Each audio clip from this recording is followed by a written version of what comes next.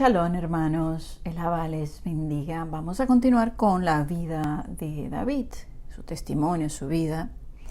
Y nos quedamos en el nacimiento de Salomón, muy amado de Elohim. Y fíjense que su nombre es Paz, ¿verdad? De Salomón.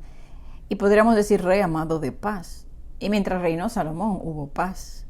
Y simboliza a Yeshua, que desciende de Salomón. Ahora vamos a ver la espada en la casa. Un hijo de David viola su media hermana, Tamar, que era hermana de Absalón. Absalón mata a ese hermano, Amnón. Y todo esto trajo muchas lágrimas a David, imagíneselo usted. Y Absalón escapa. Luego pasa un tiempo, unos 3 años, y David pues quería ver a su hijo. Él lo había perdonado ya, él deseaba verlo y él regresa y bueno, ejecuta Absalón un plan de tomar el reino del padre, de su padre, de David. Y ya tenía todo Israel de su lado. Entonces David se entera y ahí es que él tiene que escapar con su familia y los que le seguían y dejan a 10 concubinas. Esas 10 concubinas para que cuidaran la casa, que realmente al final fueron con las que él se acostó en el techo. Y le acompañaban su siervo, toda su familia y los que le seguían. Y dice que todos iban llorando. Pasaron el torrente de Cedrón y hacia el desierto. Y también iba con ellos los de Sadoc y todos los levitas que llevaban el arca del pacto de Elohim. Ahora, imagínense esta escena. Porque uno lo lee, pero imagínenselo. O sea, tú estás en tu buena. Después que tú batallaste, ganaste, los enemigos estaban todos debajo de tus pies, todos tenían temor de David, que Elohim estaba con él. Entonces, estás muy paseando. Ahí es que viene lo de Betsabé, tú caes. Esto fue la consecuencia. Entonces, resulta que ahora tú tienes que dejar tu casa y salir al cautiverio prácticamente. Y toda esta gente llorando. Llorando porque Absalón, con su plan que hizo, tenía el pueblo con él. Y iba a llegar allá a la casa de David, a matar a todo el mundo. Ellos salen, pero fíjense que en este punto David sabía que esto era consecuencia de la espada de su castigo. Aquí él no podía venir, yo he sido fiel, líbrame de Absalón. No, porque ya le había dicho que se iba a levantar la espada en su propia casa. Qué triste, ¿no? Por eso esas consecuencias las tenemos que soportar y que el Abba tenga misericordia de nosotros. Y estas son una de las cosas de verdad que hay que pensar para pecar contra Elohim. No tomar en poco ni menospreciar su palabra. Entonces, dice que él se voltea a ellos, a los de Sadoc, y le dice, miren, devuélvanse con el arca, que si él hallaba gracia delante de Elohim, que Elohim, el Abba, le haría volver, y que le iba a permitir una vez más ver el arca y el tabernáculo. Y además le dice que vaya por si acaso, para que le haga también saber qué acontecía en Jerusalén. Y aquí es que David, ante esta tristeza, piénselo por un momento, sube la cuesta de los olivos llorando. ¿Cuántas veces yo había leído esto? Pero yo, al no haber leído la historia desde el principio, yo no sabía por qué él lloraba. Sí, te están persiguiendo, él llora. Pero es que tú tienes que entender tú desde el principio para saber por qué verdaderamente él lloraba allí. Porque él subió llorando, dice, iban con la cabeza cubierta y dice que iban descalzo. Cuando David pecó contra Elohim, eso hizo que blasfemaran a Elohim, los enemigos. Y fíjese que todo el mundo supo lo que David hizo. O sea, eso fue un mal ejemplo. Entonces, el pueblo sabía. Y si todos tenemos que ser o sea, entendido, claro. O sea, el que esté libre de pecado que tire la primera piedra. Pero las consecuencias estaban ahí. Y dice que estaban con la cabeza cubierta todos y llorando y subían. Y dice que cuando ya subió allá al Monte de los Olivos, que también esto es profético, subir al Monte de los Olivos donde subió Yeshua, dice que allí adoró a Elohim. El Monte de los Olivos es donde Yeshua se sentaba a orar, iba a orar, y también donde enseñaba a los discípulos. Entonces, aquí vemos un siervo en persecución que busca adoración y el favor de Elohim. Porque por eso fue que él subió, él subió llorando, él sabe, mira, un corazón que se humilla, él no va a despreciar. Yo voy a ver si él quiere tener misericordia de mí, y si no, que pase lo que pase conmigo. Por eso él le dijo, devuélvanse, y yo voy a ver qué él va a hacer conmigo. Entonces, por eso era que David siempre decía, mi confianza está en Elohim, hágase conmigo como él quiera. Yo traigo mi adoración, y yo espero tu respuesta. ¿Quién sabe? A lo mejor me deja algo favorable y yo tengo que soportar esta prueba. Entonces luego, en el capítulo 16, dice que David va a Baurín. Y allí le salió uno de la familia de la casa de Saúl, Simei. Y este Simei era el que lo iba maldiciendo y arrojándole piedra por todo el camino, y lo llamaba sanguinario, perverso. Qué bueno que estás pagando la sangre de la casa de Saúl. Y ahora Elohim le ha entregado el reino a tu hijo Absalón. Y hete aquí, sorprendido en tu maldad, porque tú lo que eres es un hombre sanguinario.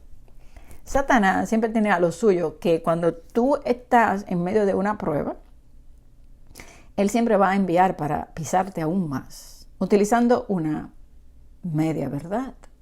Porque si bien había mucha sangre, ¿verdad?, en estas batallas que peleó David contra los enemigos, pero también hubo maldad en él.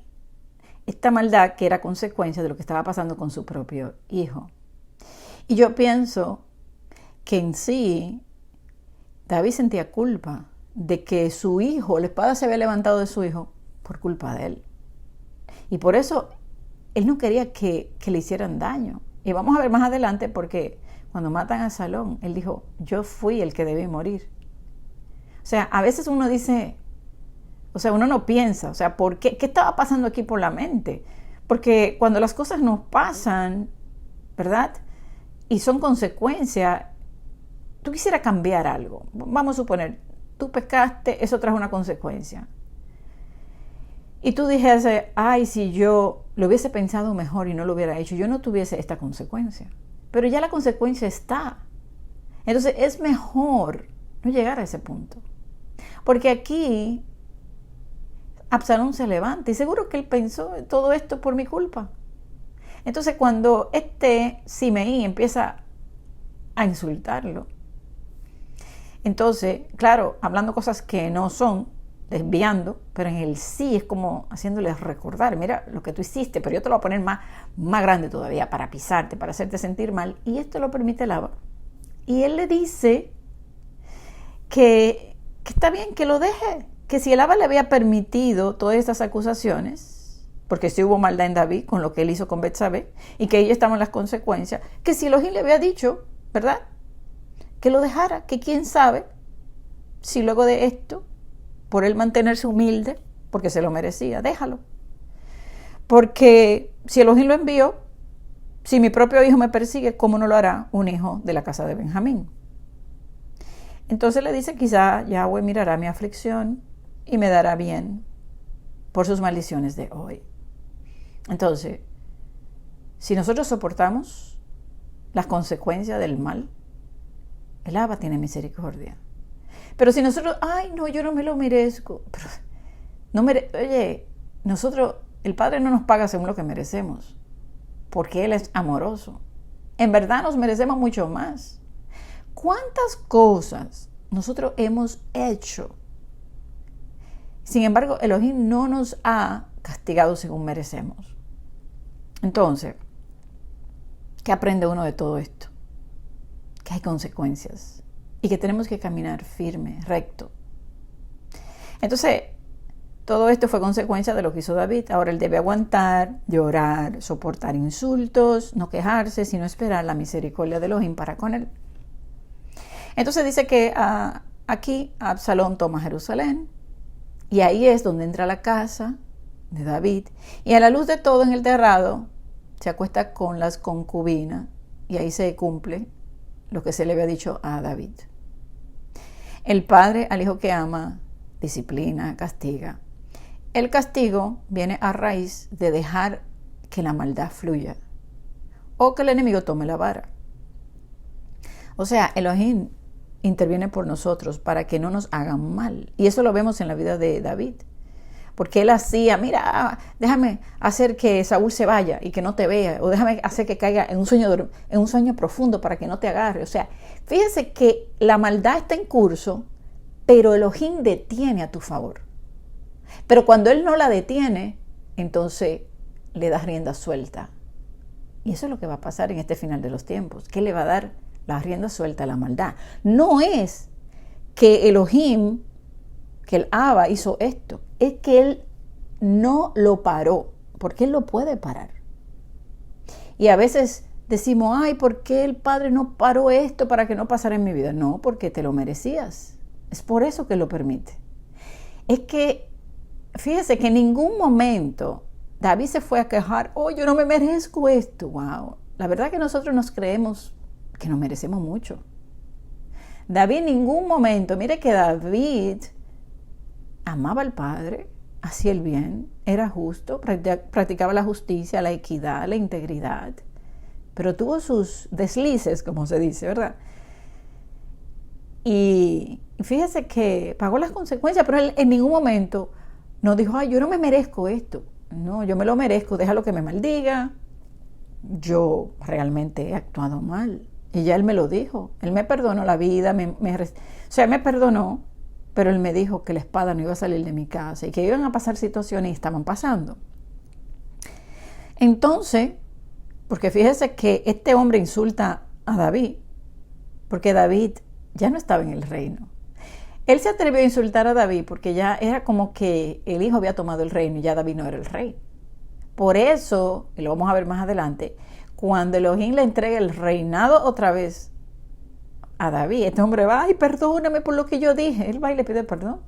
Porque él pensó, este no tiene autoridad para hacerme nada. Pero cuando vio que estaba en autoridad, fue a pedirle perdón. Entonces, el padre le dijo que ama disciplina. El castigo viene a raíz de dejar la maldad fluir.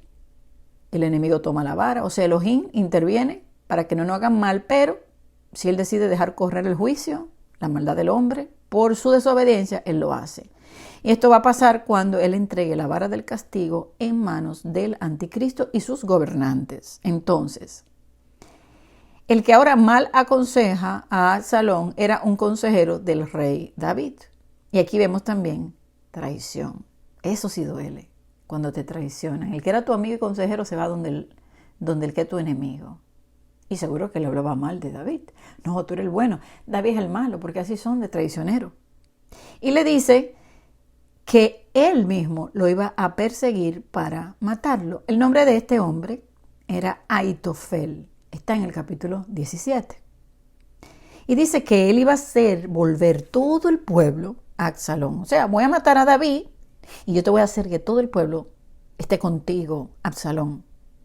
Entonces se preparan todos y vienen al enfrentamiento, pero los de David también se preparan. Él ama a su hijo y le dice que lo traten bien porque ellos le dijeron que se quedara David, que no fuera. Y aquí es donde Absalón, que tenía una cabellera, dice que era hermoso y tenía una cabellera grandísima, un pelo, dice que el pelo se le quedó enganchado y quedó como en el aire, como de un árbol, de una encina. Y David dijo que no lo mataran, que lo trataran bien. Pero uno de los comandantes, Joab, fue que lo mató. El mismo que injustamente mató a Abner y que luego llevó su juicio más adelante. El que era de Saúl que se unió a David. Y en ese momento David dijo que era inocente y que esa maldición iba a caer sobre la casa de Joab. Este Joab era mala espina desde el principio. Entonces, cuando David supo que había muerto su hijo, lo lloró. Dice que lloraba sin consuelo. Ahí es que él dice, ¿quién me diese que muriera yo en lugar de ti, Absalón, hijo mío? Y David lloraba y tenía mucho dolor. Y la victoria entonces se volvió luto para todo el pueblo. Y el que lo insultó y apedreaba, como le dije, Simei fue y le pidió perdón, David lo perdona, le perdona la vida. Y entonces hubo allí como una reconciliación. Pero fíjese que Joab fue y le dijo a David, mira, ¿qué va a decir el pueblo? O sea, mira, ¿cómo es que tú amas al que te desprecia? O sea, hablándole de Absalón. Y le dice, mira, dale consuelo al pueblo. Y bueno, ahí que se para y pasan todas estas cosas. Pero entonces ahora viene otro y se subleva. Un tal Seba. Dice que era un hombre perverso de la tribu de Benjamín. E hizo que Israel, los del norte, abandonaran a David. Y los de Judá se quedaron con David. Y sabe que me llama mucho la atención. Esta gente del norte se iban fácil con cualquiera. O sea, cualquier perverso se levantaba y iban ellos detrás de él. ¿No? Ya entiendo el por qué hoy en día los de la tribu del norte se van tan fácil con cualquiera. Increíble. Los de Judá se quedan con David. Son más como firmes. Y entonces envió David a Joab y sus hombres tras él para evitar que hiciera un daño como Absalón. Entonces Joab en el camino mata a Amasa porque envidiaba que David había dicho que lo pondría en su lugar. Este Joab era malo. En 2 Samuel capítulo 21 dice que entonces ahora viene hambre por 3 años. Y David consultó a Elohim y le dijo, o sea, le habló y le oró. Y él le dice a David que la causa de esta hambre fue por culpa de Saúl, porque él derramó mucha sangre cuando fue y mató a los gabanoitas. Y entonces me fui a buscar la historia de los gabanoitas, lo que había pasado, cómo ellos habían recibido pues bendición cuando Josué tomó la tierra y donde ellos pues les servían a Israel. O sea, pero Saúl hizo mal. Entonces viene esta hambre y David quiere reconciliación para que se le quite esa maldición. Y ellos le pidieron 7 hijos de Saúl. Y dice que así se lo entregaron. Y bueno, y los colgaron. Porque Saúl pues quería exterminarlos a ellos. Luego, le estoy resumiendo todo, ¿verdad? Luego vino un gigante a pelear con David. Dice que ya David estaba cansado. O sea, parece que ya estaba envejeciendo. Y que este gigante se llamaba Isbi Benob. Entonces vino Abisai y lo mató. Y ahí es que le dice a David, ya tú no puedes volver a salir con nosotros a batalla porque se va a apagar la lámpara de Israel. O sea, la gente se va a enfriar. Entonces él dice que luego hubo otra guerra, mataron a otro gigante que se llamaba Saf, y después vino otro más que se llamaba Goliat Geteo, y después otro. Total, 4 descendientes de gigantes murieron allí. Luego entonces viene el capítulo 23 de 2 de Samuel, que son las últimas palabras de David. Y esta se la quiero leer porque estas palabras son proféticas. Vamos a leerla. 2 de Samuel, capítulo 23, del verso 1 al 7, dice: Estas son las palabras postreras de David. Dijo David, hijo de Isaí, dijo aquel varón que fue levantado en alto, el ungido de Adonai, del Elohim de Jacob, el dulce cantor de Israel. El Espíritu de Yahweh ha hablado por mí. Y su palabra, su dabar, o sea, Yeshua, la palabra, ha estado en mi lengua. El Elohim de Israel ha dicho, me habló la roca de Israel. Habrá un justo, Yeshua, que gobierne entre los hombres, que gobierne en el temor de Elohim. Está hablando de Yeshua. Será como la luz, Yeshua es la luz, de la mañana, el lucero de la mañana, como el resplandor del sol en una mañana sin nubes, el resplandor de Elohim, el sol de justicia. Y dice, como la lluvia que hace brotar la hierba de la tierra. La lluvia tiene que ver con el moré, el maestro, el que da palabra, que hace brotar, ¿verdad?, de la hierba, o sea, la hierba de la tierra. Dice que somos como la hierba. Nos hace brotar, ese rocío nos levantará de los muertos. Luego dice el verso 5, no es así mi casa para con Elohim. O sea, él está diciendo, no somos nosotros aquí, no es Judá. Sin embargo, él ha hecho conmigo pacto perpetuo, ordenado en todas las cosas, y será guardado. El pacto será guardado, es eterno. Él me ha prometido esto, aunque todavía no lo haga él florecer. O sea, esto no es para ahora. Toda mi salvación y mi deseo, o sea, el deseo, la salvación, Yeshua en su vida, David. Pero tenga claro esto, que los impíos serán todos ellos como espinos arrancados, los cuales nadie toma con la mano, sino que el que quiere tocarlos se arma de hierro y de asta de lanza, y son del todo quemados en su lugar. Ahí está la cizaña quemada en el fuego. Los impíos, ¿verdad?, que serán como hojarasca, que serán aún quemados, estos cardos y espinos. Ahí está el destino de los impíos, y aquí está el destino de su pueblo, el pacto con Israel y Judá, ¿verdad?, donde él gobernaría sobre su casa. Estas fueron las últimas palabras. Ahora, no termina aquí. Ahora viene el censo, el pecado del censo en el capítulo 24. Ahí también menciona los valientes de David, que eran 37 valientes tremendos. En el capítulo 24 dice que él censó al pueblo y esto le pesó en su corazón. Porque imagínese usted, al punto de esto de la vida de David, querer ver cuánto es su fuerza, cuando su fuerza viene de Elohim. O sea, como que, espérate, ¿qué te pasa, David? Pero David reacciona y dice, ¿qué he hecho? He pecado contra Elohim. O sea, ¿qué estás haciendo? Yo te he dado la victoria. ¿Cómo tú vas a confiar en tu número y no en mí? Tu fuerza, tu fortaleza, aunque un ejército campe contra mí. ¿Qué pasó con el Goliat y el muchacho? ¿Qué pasó, David? Ahí viene, pues, que David peca y puede pasarle a cualquiera. Y dice, yo he pecado gravemente. Pero todo esto tiene un propósito, y lo va a ver al final. Yo he pecado gravemente por haber hecho esto. Te ruego quites el pecado, porque yo he hecho muy neciamente. Ahora, ¿sabe qué me puso a pensar esta partecita aquí? Cuando pecamos, cuando nosotros confesamos el pecado, que sentimos la carga y que sentimos que Él no nos los ha quitado. O sea, nosotros tenemos que, si pecamos, confesar y llorarle hasta que nos lo quite, porque el pecado nos consume. Entonces, quítamelo, quítame ese pecado, perdóname. Entonces Él le dice, pero Yahweh le responde, ¿pecaste? Yo te advertí a ti que no es bueno que peques, que vas a tener consecuencias. Me estás haciendo quedar mal delante de todos. Y le dice, te voy a dar 3 cosas.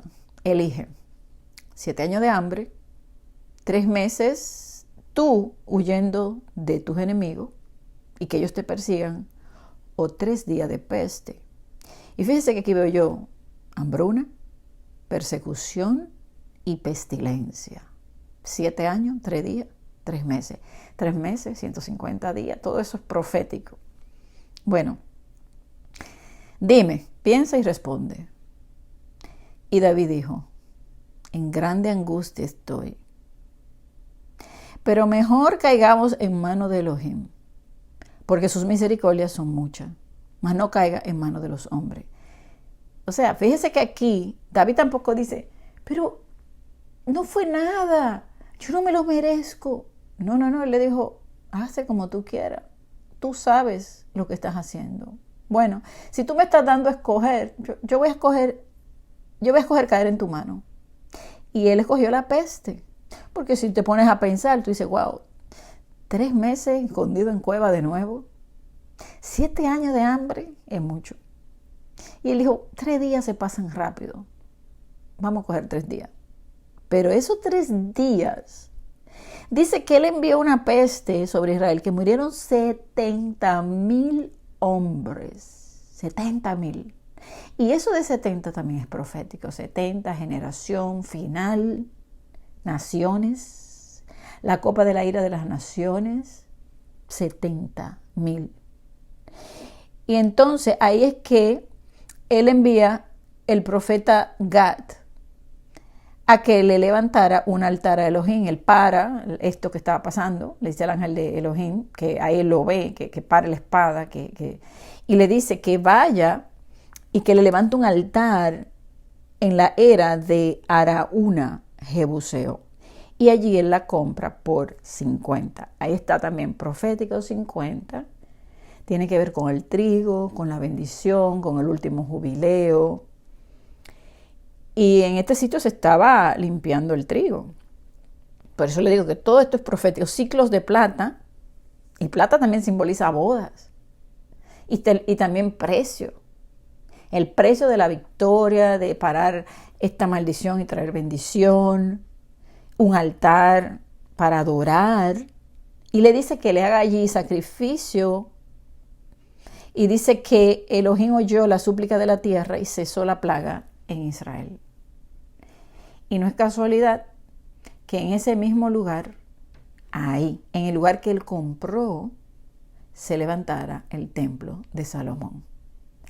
Qué increíble. Yo hice un tema en el otro canal sobre esta era de Araúna. Entonces, esto lo vemos en 2 de Crónicas, capítulo 3, verso 1. Dice, comenzó Salomón a edificar la casa de Yahweh en Jerusalén, en el monte Moria, que había sido mostrado a David su padre, en el lugar que David había preparado en la era de Ornán, Jebuseo. Ahí está. Al final 70 naciones, termina la plaga, subimos todo a adorar al rey allí, después de dar una victoria, después de perdonar, después de un tiempo de tribulación, 50, después de un jubileo. Esto tiene que ver con el trigo y nada de esto es casualidad. Allí en el monte Moriah, donde se levantó el templo de Salomón. Ahora, luego, en Primera de Reyes, capítulo 2, David, antes de morir, le da mandatos a Salomón. Y le dijo que fuera fiel a los caminos de Elohim, sus mandamientos, la ley de Moisés, para que le fuera bien en todo. Y le dice en el verso 4, para que confirme Yahweh la palabra que me habló, diciendo, si tus hijos guardarán mi camino andando delante de mí con verdad, de todo su corazón y de toda su alma, jamás, dice, faltará a ti varón en el trono de Israel. Y luego pues le habló de lo que haría con el malo, el Joab, el que ya le dije todo lo que había hecho, y el mismo que mató al hijo. Él lo sabía todo esto, pero él se quedó calladito y no hizo nada. Le dijo también que tuviera misericordia con los hijos de Barzilai, el galadita, y que porque lo había ayudado. Y también pues le dijo, mira también a Simeí, el hijo de Gera, el que lo maldijo. Y le dijo lo que tenía que hacer con él. Y bueno, luego le dio sus instrucciones a Salomón. Y bueno, y aquí termina la vida de David. Muy interesante aprender todas estas cosas, porque si vamos a tener la fe de David, tenemos que ver todas las cosas que pasó. ¿Para qué? Para aprender de lo bueno y también para aprender de no hacer lo malo, que fue el descuido, el pecado, las consecuencias, y caminar con más temor delante de Elohim, porque Él es bueno, pero Él no da por inocente al culpable, y cada pecado en nuestra vida tiene sus consecuencias. Amén. Bueno, el Abba me les bendiga mucho.